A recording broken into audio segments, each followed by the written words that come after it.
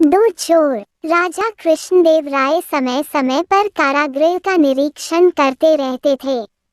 इसी क्रम में जब एक दिन वे कारागृह का निरीक्षण कर रहे थे तो एक कोठरी में बंद दो चोर उनके सामने हाथ जोड़कर खड़े हो गए और दया की भीख मांगने लगे।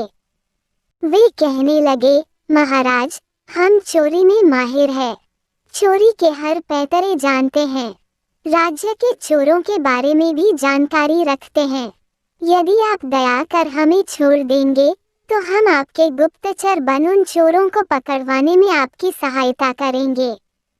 महाराज ने उन दो चोरों को छोड़ तो दिया, लेकिन एक शर्त भी रख दी। शर्त अनुसार उन्हें तेनालीराम के घर से बहुमूल्य वस्तुओं की चोरी करनी थी। सफल रहने पर उनकी महाराज के गुप्तचर के रूप में नियुक्ति निश्चित थी, लेकिन असफल रहने पर उन्हें फिर से कारागृह में बंद कर दिया जाना था। दोनों चोरों ने महाराज की शर्त स्वीकार कर ली।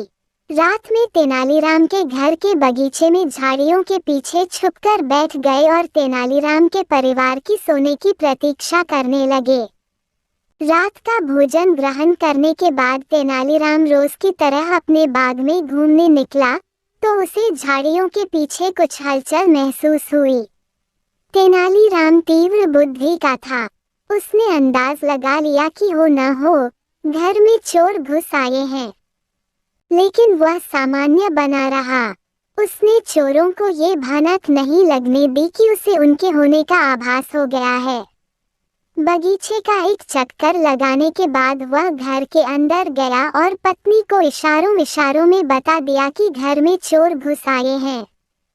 फिर चोरों की सुनाते हुए ऊंची आवाज में पत्नी से कहने लगा, सुनती हो, इन दिनों राज्य में चोरी की वारदात बढ़ गई है, हमें भी सतर्क रहना होगा।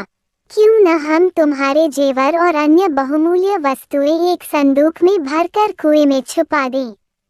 कोई भी चोर कुएं में बहुमूल्य सामान होने की बात सोच ही नहीं पाएगा। पत्नी ने हामी भर दी। उसके बाद तेनालीराम एक संदूक लेकर बाहर आया और उसे जाकर कुएं में डाल दिया। झाड़ियों में छुपे चोरों ने तेनालीराम की बात सुन ली। वे बड़े खुश हुए कि अब तो आराम से वे तेनालीराम के घर से चोरी कर महाराज की शर्त पूरी कर लेंगे। वहीं बैठकर वे तेनालीराम के परिवार के सोने की प्रतीक्षा करने लगे। जब तेनालीराम का परिवार सो गया तो वे झाड़ियों से निकले और कुएं के पास गए। वहां बाल्टी और रस्सी रखी हुई थी। बिना देर किए वे बाल्टी से कुएं का पानी निकालने लगे और बगीचे में फेंकने लगे। पूरी रात वे कुएं से पानी निकालते रहे। भोर हो गई, तब कहीं वे कुएं से संदूक निकालने में कामयाब हो सके। संदूक बाहर आ जाने के बाद वे खुशी खुशी संदूक खोलने लगे, लेकिन जैसे ही संदूक खुला उनके आश्चर्य का ठिकाना नहीं रहा। उसमें जेवर या बहुमूल्य वस्तुएं नहीं बल्कि पत्थर भरे हुए थे। उन्हें समझते देर नहीं लगी कि वे तेनालीराम द्वारा मूर्ख बनाए जा चुके हैं। तेनालीराम भी तब उठ चुका था। वह चोरों के पास गया और अपने बगीचे को सींचने के लिए धन्यवाद देने लगा। दोनों चोर बहुत शर्मिंदा हुए।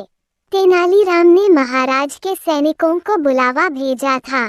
कुछ ही देर वे तेनालीराम के घर पहुंच गया और दोनों चोरों को ले जाकर फिर से कारागृह में डाल दिया गया।